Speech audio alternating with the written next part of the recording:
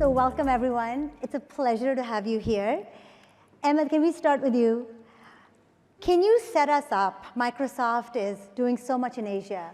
What's the opportunity that you see in Asia? What are the success use cases that you think are really going to make a difference in the region?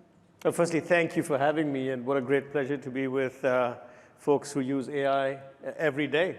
Perhaps some of you might have used the Grab app. Thank you for using the Microsoft AI engine here and for the work that you're doing with banks. It's everywhere. It's pervasive. This is probably a technology that has had the fastest diffusion rate in several centuries, I would say, of new technology coming in. It became very real. And the one example that I sometimes quote, and this goes back to actually January of last year, where we had this app which was in India, and it's called Jugalbandi, which what it did was you could go from a vernacular language as a farmer, speak into WhatsApp, which would then translate it voice to text, go and search for subsidies, and return it back to the farmer in local language. And this was within 6 weeks of GPT 3.5 out in the market. So that's the rate of diffusion, and that's the excitement. And there are examples I mean, I spoke about Grab, but there's examples in hospitals across, in universities, in schools, in agriculture. It is probably the most pervasive opportunity, and that's why we're excited that the economic impact that we see across Asia by 2030 is expected to be about $1 trillion. Wow. Well, I think speaking of Grab, a number of us have taken Grab here, including me. But what do you see as the nuances of tailoring AI at scale across Asia? You're in so many different cities. The population is youthful, there's mobile penetration, the cultures are diverse, but there's also variability in tech readiness. Yeah, so I think we can look at it from 3 perspectives. The consumers or the population here, governments, and then businesses, and especially how businesses can interact with the first 2. So from the perspective of customers, Southeast Asia, 700 million people, very young population, very tech literate. And I think what's interesting is very mobile friendly. For many people here, the mobile device is their first personal computer and often their only personal computer. And this is, I mean, some places actually have more mobile devices than you have people. And this is interesting because I think from an AI perspective or from a data perspective, a mobile device means that you have pervasive interactions with computers. The touch points are really high, which then means that you can really spin a data flywheel there. Because there's so many opportunities to create value for customers. And then as you create value, they use the product more often because it's right with them. And as they use the product more, you collect more data, thus enabling you to create more value, spinning the flywheel faster and faster. Interestingly enough, in Southeast Asia especially, we're also seeing with governments, there's, obviously they always want to make sure that technology is used for good, but there is an openness to embrace technology, AI not being an exception here, to really kind of be included as part of national development agendas. And then beyond that, there's a willingness to kind of partner with private actors to kind of deploy this. And so let's go to businesses. For businesses, I think like the takeaways we've seen would be, firstly, put the customer first. And this sounds trite, but really, it can be easy to kind of get carried away with AI and kind of use it as like solve every problem. Actually, you should solve customer problems with whatever tool is relevant. Secondly, be proactive in engaging governments. With governments eager about this, work with them on regulation and so on. And finally, take the lead in self-governance. We have an internal AI risk framework, which covers different aspects ranging from preventing misinformation to ethical use, to protecting data privacy, protecting IP, and also ensuring we uphold cybersecurity. So in summary, I'd say, obviously, huge opportunity here, but first, use it where it's appropriate, where it's useful. Secondly, minimize the harms.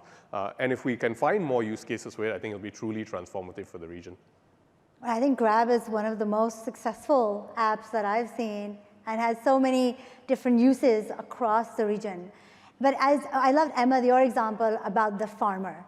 I think that's a staggering example of people who stand in lines for subsidies, right? And then get their productivity back.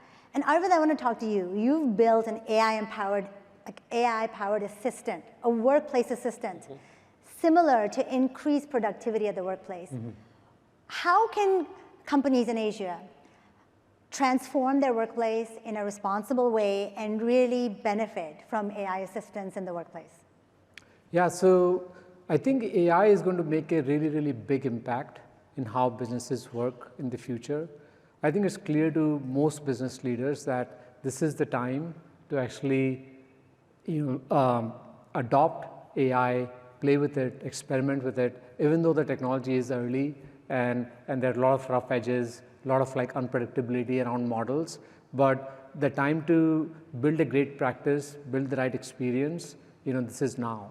One of the things, which like when you think about AI, the key, like the power of AI comes from its ability to understand language and your data and your information. So one of the things that we are seeing, like businesses that are seeing early success with AI, is they're actually working actively, figuring out, all of their internal companies' information and data and knowledge, and bring it all together in one place and make it really, make it accessible to these AI models and technologies. So that's one of the things that we are encouraging people is think about your data, your information, curate it, make it better, make it fresh, and make it ready for AI tools to actually do their magic on this data and information. And one of the things that really allows AI to work with all of your company's information and data is this ability to sort of search over all of your company's information and use the right information to sort of like automate the different tasks that you have in your workplace. So that's what we would encourage like every business is to sort of like be proactive, play with AI even when it's sort of you feel like it's not adding value to you right now, and it's but there's always some hard work that is needed. But once you bring it, once you actually deploy it, you can see tremendous efficiencies in your business. I have to say I'm totally addicted to AI assistants. I love them. I have 7 of them. I use everybody's AI assistant. But one thing in the US, for example, there's this whole movement now, and increasingly here too, which is all of these AI assistants are really about the English-speaking world. And are they really, do they have the cultural nuance for Asia? And Stephanie, I'd love to come to you about this. Talk to me, you build AI assistants for some very large companies across the region. How do you make sure that they're culturally sensitive and nuanced? Absolutely. So the first thing I want everybody to realize is that there's a huge cultural difference. This is a bit stereotypical, but in the US, businesses will buy systems and software to solve their problems. In Asia, in quite a lot of regions where I work, businesses will hire people to solve their problems. So that means the inherent nature of knowledge work is very, very different in American organizations versus like a lot of Asian organizations. Where in Asian organizations, you tend to have a huge pool of knowledge workers, but all who have pretty narrow task realms compared to their American counterparts. Why is this even important? It's important because a lot of us justified AI projects and AI spend on the Harvard BCG research study that came out around September 2023, and a lot of us based the idea that we would get 30 to 50% productivity gains from AI assistance from that paper. We forgot though that those were BCG consultants. Those were the best of the brightest. These are kids who went to all the top universities and are at the very top tier of knowledge workers worldwide. So when you roll out the same kind of tooling and infrastructure, I think in this Harvard BCG study, a lot of the consultants just got access to GPT-4. It's like, here's a blank chat box, talk to it, figure it out, and they did. But when you take that model and bring it to Southeast Asia, to these types of knowledge workers, you get a lot of taste and drop. You get a lot of people really excited on day one. Oh my God, I have access to an AI assistant. I can do so much with it. And then they see, okay, now I have to tell it what to do, but I don't even know what to tell it what to do. Shouldn't it tell me what to do? And then they end up not doing very much with it beyond, I think, basic email summarizations, crafting text, and which is a disappointment, right? Because that is definitely not unlocking the full power of these apps. What I find has been really useful, so I've been working with a lot of clients with like 6,000 insurance agents, 3,000 bankers, people who are knowledge workers, who are frontline workers, who just don't have the time to figure out all this. If you build them custom LLM applications and you think about it not just as technology as a silver bullet, but technology on one hand, change management, and thinking about people on the other hand, you do that together, then you start to get a lot of adoption, then you start getting the daily practice of the muscle of using it. Let me give you an example, right? One of the rollouts we're doing right now, we're designing a literal song and dance. We built them a custom LLM application. We tested it with 100 of their some best, some worst agents. And as part of our rollout strategy, we are creating a song, which it's going to be a very catchy song that tells them how to talk to this app. And I think that that piece of following through, not just showing up with software as a magic bullet, but following through on service design, on how to get people to love it, how to get people to use it, how to get people talking to it in their own languages, because like speaking to the point on very mobile friendly world, very like I want to talk to it kind of world. Once we designed that in Southeast Asia, that's driven a lot of adoption. Now these models aren't perfect, and I realize I'm talking a little bit too much, but I could go forever about this. When you talk to it in Thai, when you talk to it in Bahasa, nuances of the culture and the status of the person versus the status of the GPT app, it's not quite caught in translation. So the next layer we're working on is making these, they work well right now as is out of the box with a Claude 3 model, a GPT-4 model, beautiful, perfect in English. They'll work in Tagalog, they'll work in Ilonggo. But now we're looking at fine-tuning them even further to capture cultural nuance, to capture just like the subtleties of translation, of feeling like a person that you're talking to. And I know that once you add that next layer on top of it, you're gonna get even more, you're gonna get people loving it even more. And I think wanting to use it every single day is the #1 driving factor of scalable adoption. I think, Stephanie, that's a great point. I think the devil is in the details. So there's so much hype. And I want to come back to you, Ahmed. Everybody's talking about AI. But here's what I want to know. Microsoft helps a lot of companies, but I've heard that Microsoft is also customer zero. Is that true? And what has Microsoft found at scale has helped its own employees, its own company unlock growth, increase efficiency at scale using AI within Microsoft? Yeah, well, that's a great question, and thank you, Ayesha. I might perhaps start with 2 customer examples and then transition just to make that connection. We're announcing results in the next couple of days, so I just have to be a little bit careful as well. But let's start with the example of Coles, which in Australia is a massive retailer. They have about 25,000 SKUs across 850 stores. And with our LLM prediction engine that they're working, we're able to do 1.6 billion better predictions at every transaction to their customers. So the ability for their consumers to then land the product at the price and the time has just gone up quite significantly. Working with the hospital in Taiwan, Chimi Hospital, there we're able to help doctors cut the time that they used to write up a patient's report from 1 hour down to between 15 and 30 minutes, depending on complexity. And then a pharmacist is able to serve twice as many patients from about 15 to 30. So these are real consumer, our own customer examples. If I go back to customer zero, which is very critical because we had to really try it out ourselves, and while GPT has been in the public domain for probably about 2 years, we've been at it. I mean, GitHub, which I'm not sure if any of you are using, I think you're using Python as well. GitHub has been in between public and private preview for about 3 years now, and it's one of our most scaled products. In our customer service, we have about 40,000 agents globally that serve our customers. I mean, we serve millions of customers globally. By implementing service standards using AI, we have achieved 2 things. One, 12% better productivity and 13% lesser handoff which is a pretty significant and painful thing for an average customer. But equally, in multi-millions of dollars of saving on real dollars. In our finance function, this is again public information, we have more than doubled our revenues over the last 4 years, and our headcount across the company is flat. So if I look at my personal usage, I actually now have a conversation with PowerPoint. I mean, I'm not kidding. I open a PowerPoint document and I start saying, okay, can you drive a summary for me? I look at page 14, and I did it this morning, that's why I remember page 14. I look at this page 14 and I don't quite understand what is being said in comparison to page 6.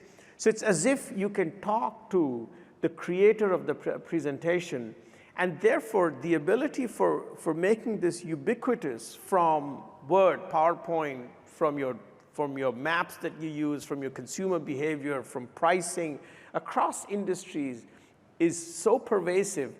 That's why we believe in the opportunity of the impact for the future. I think, Ahmed, that's really the key, is for all of us to hear business success stories in real terms. Like, Suthen, if I come to you, you're doing AI at scale. You are investing in compute in Microsoft and in others, or you're using other kinds of tools. How do you measure success? How often do you get your teams to come? What are the metrics that you use? Is it working? Is it not working? Yeah. So firstly, let's talk about how not to measure success. Okay. Because this has come out a few times, which is don't count AI models in production. Don't look at the superficial artifacts. These can be vanity metrics. Really, I think the approach we take in terms of measuring impact, we're a triple bottom line company. We obviously look at financial impact, but also the social impact we create. And really, like I said earlier, start with the customer. AI is a potential solution. It's not the only solution. Don't fall into the hammer nail trap with it. In terms of internally what we're doing, we're investing in internal productivity. Actually, to the point I made earlier, we really are kind of investing in our people and making sure they become familiar with these tools. So we're using this to allow people to take a step back from BAU to kind of reset what business as usual looks like. Some of the early gains we're seeing, we've built an automated marketing content generation tool that saved time by about 90%, while also kind of having better engagement. Simultaneously, we're really investing in kind of improving our user experience and the touch points in the application, really by making it more accessible. And here we see the natural language or voice potential of these AI models, allowing us to democratize access of the application to people who are visually impaired or maybe more senior citizens. Screen readers are already there, but they're not as intuitive. We think voice is the most intuitive interface. So for us, actually, we don't think OKRs change because of AI or anything like that. They say the same, but you can stretch a bit further. You can find new ways to add value. I love that. And I think coming to using AI, and Arvind, I want to talk about the fact that all of these different initiatives, and for example, taking Glean, how do you think about employees using it and their privacy? How important is it to roll it out in a responsible manner? Could you kind of talk a little bit about that as well? Yeah, the enterprise world is actually so different from the internet and the consumer world. All these AI models that you see today, they've been trained on all of the world's public knowledge. And in that sense, like anybody can go in and ask any question, and the model is going to answer those questions for them using the world's public knowledge. But the world of the enterprise is very different. Most of your knowledge internally is private in nature. You as an employee can access maybe 5% of all of your internal company documents, but not the rest of the 95%. So how do you make sure that when you bring AI technologies inside your business, that you're not actually creating a problem and risk with AI, and instead actually you're following the right governance model, making sure that when you as an employee, you want to use AI and ask questions, get answers to those questions, you have to make sure that your AI technology understands the person who's asking the question and responsibly uses only information that they are authorized to use within the company to answer those questions. This is actually a very important aspect. So at Glean, that is how we built our product, where we fully understand an employee and their role and what information they have access to internally. Like part of building a great AI solution is bringing all of that company's knowledge together in one place, understand these governance and permission models, and then make sure that AI is actually being utilized in a safe and responsible way. You limit people to information that they have access to. So that's sort of one thing. These are table stakes. Like when you think about investing in AI within your enterprise, you have to invest in an AI platform that can actually handle permissions and governance and privacy in the right manner. But there are actually even more challenges in the enterprise when it comes to how enterprise information and data is actually stored today in your enterprise. There's a lot of sensitive information inside your company, which even though you make best efforts to protect information, you take sensitive content, you keep it in a safe place so that not everybody can actually go and look at it, but there are often governance gaps. And AI is actually going to really make these things, expose these holes and gaps. And so you have to think about whether your enterprise is really AI ready or not. Because once you deploy AI solutions, even if they are built the right way technologically, even if they're actually making sure that they are obeying the access controls and privacy rules, they're going to actually expose governance gaps. You don't want me to be, for example, going and finding out, what your salary is. And so these are some of the things, we have to solve, with AI, and deploy it safely in the enterprise. And I think this is a kind of cyber hacking or exposure or ransomware. This is the kind of information that these hackers take and then demand to be paid in various kinds of currencies. It's really, really important to have trusted partners. That's right. So last but not least, Stephanie, I'll come to you. I love the fact that you have worked with the United Nations and other organizations in Southeast Asia as well. We're really coming down to social impact. Can you, in our last minute, kind of give us an example of this kind of public-private partnership and real impact with AI for the local economy and social good? Absolutely. I think that when it comes to models, there is a space for open source models. Models where you have the weights visible, models where you understand exactly what's going on the hood, explainability is there. There's a real place for them in this world. They're very much needed for both academic research and for people who are not in corporations, people who want to do civic projects, to be able to use free models that are high quality models. And this is not just in the Gen AI space. Thinking Machines and UNICEF had a partnership where we built a bunch of open source predictive machine learning models on geospatial data sets to identify from geospatial data sets poverty and wealth indicators all over the Philippines. And that is a public data source. Nobody needs to buy it. And now there's a benchmark data set for all civic scientists seeking to do this kind of work and replicate this work. I've heard of people replicating it in many different Philippine contexts, Thailand, Indonesia. It's wonderful.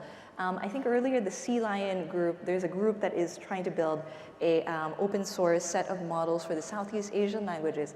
I think that's actually really powerful. The more we have these trusted benchmarked data sets, and they would be both the models and on the training data sets, the more we can continue innovating in a scientific way and apples to apples, compare what we're doing to each other, see who's doing better. They think there's scientific innovation and corporate financial success exists in a cycle. One should feed into the other. If we don't continue feeding into our scientists and research work, we're not going to be able to get the business gains out of it later. So continuing that, I think, is so important. That is so important. I think AI democratization in a responsible manner is the key to AI scale. Thank you so much to my wonderful panelists, and really excited to have you here.